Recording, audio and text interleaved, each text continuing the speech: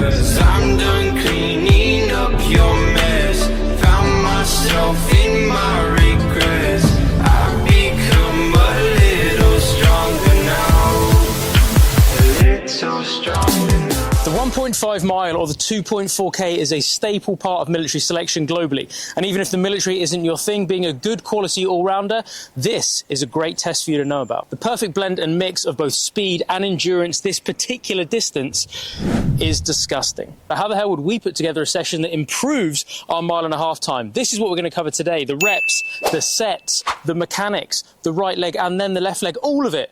But first of all, I've got to get myself warmed up. Let's go.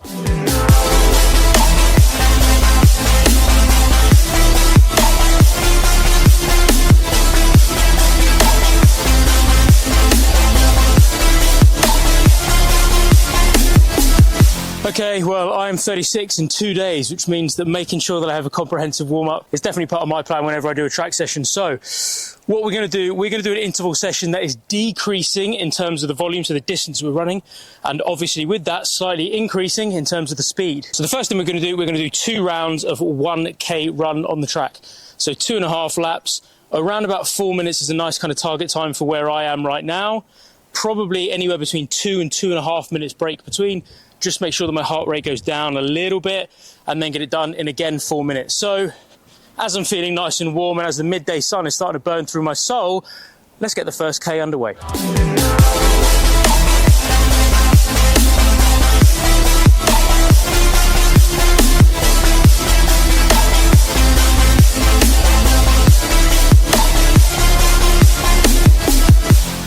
So that's the first K done.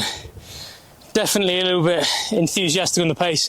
I did about 3:45 there, so I went off way too hot, but made sure I kind of slowed down at the end. So about 2.5 minutes break now, and then try to pace it again.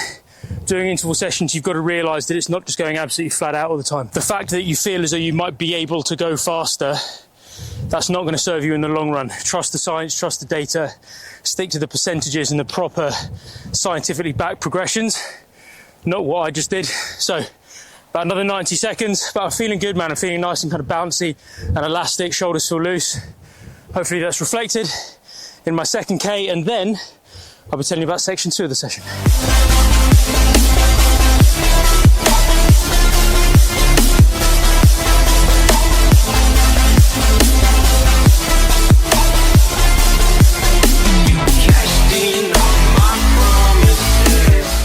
Okay, so the 2 kilometre runs are done. Again, felt all right. That second one was about 3:50, 3:49, so still quick, man, but I'm feeling pretty good. Feeling nice and bouncy, feeling nice and elastic. Lower back's a bit tight, but I push through, but it's not really providing me any pain or anything. It's fine. So now what we're going to do, we're going to drop down to 600, and I'm going to do 2 rounds of 600 metres. Basically a little bit quicker now, try and keep it at around about 3:30 per kilometre pace. That's the objective now. And in terms of break between, maybe about 90 seconds. So I'm chipping away at my body's ability to recover a little bit quicker. So I've done my 2Ks, distance is going down, that's the good thing.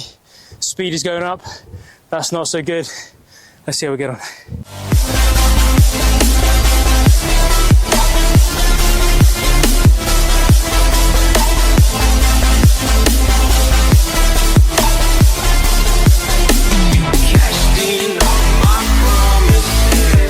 Rep 1 of the 600 meters done. That tiny increase in speed, man, it really does take it out of you, because it's not just, you're not just executing the same thing faster. As soon as it kind of drops below, or kind of a K and down really, the mechanics of what you're doing changes. This is what I was saying at the beginning.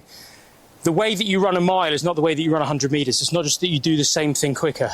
You're a little bit taller, there's a little bit more of a knee drive, there's a little bit less kind of relaxed rotation of the torso, a little bit more of a strong kind of arm cycle. So the fact that you're trying to do that, it really does take the energy out of you to even get an extra 20 seconds per K quicker. But we mean to go on. So 1 more 600 and then the final little speed bit. Let's go. So strong.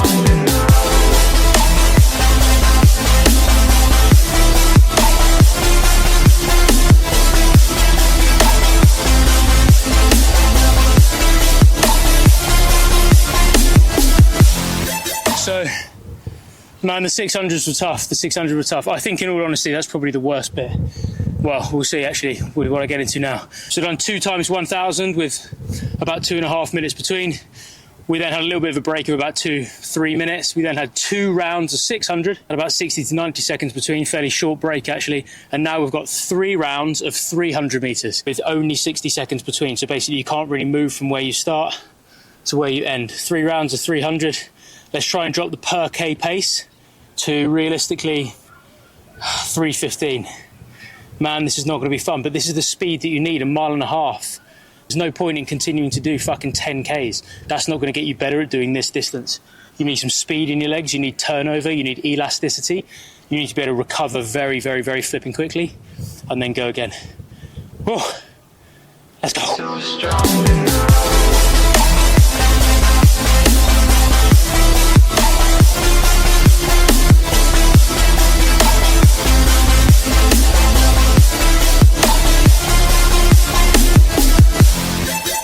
Guys, I've done a couple of runs over the last few weeks, as I've showcased and documented with you, but that was the first. This is probably the first track session I've done in over a year, actually, and definitely since my ankle surgery. I'm definitely feeling it a little bit, but the 1.5 miles, man, the 2.4K, it's such a key flipping distance.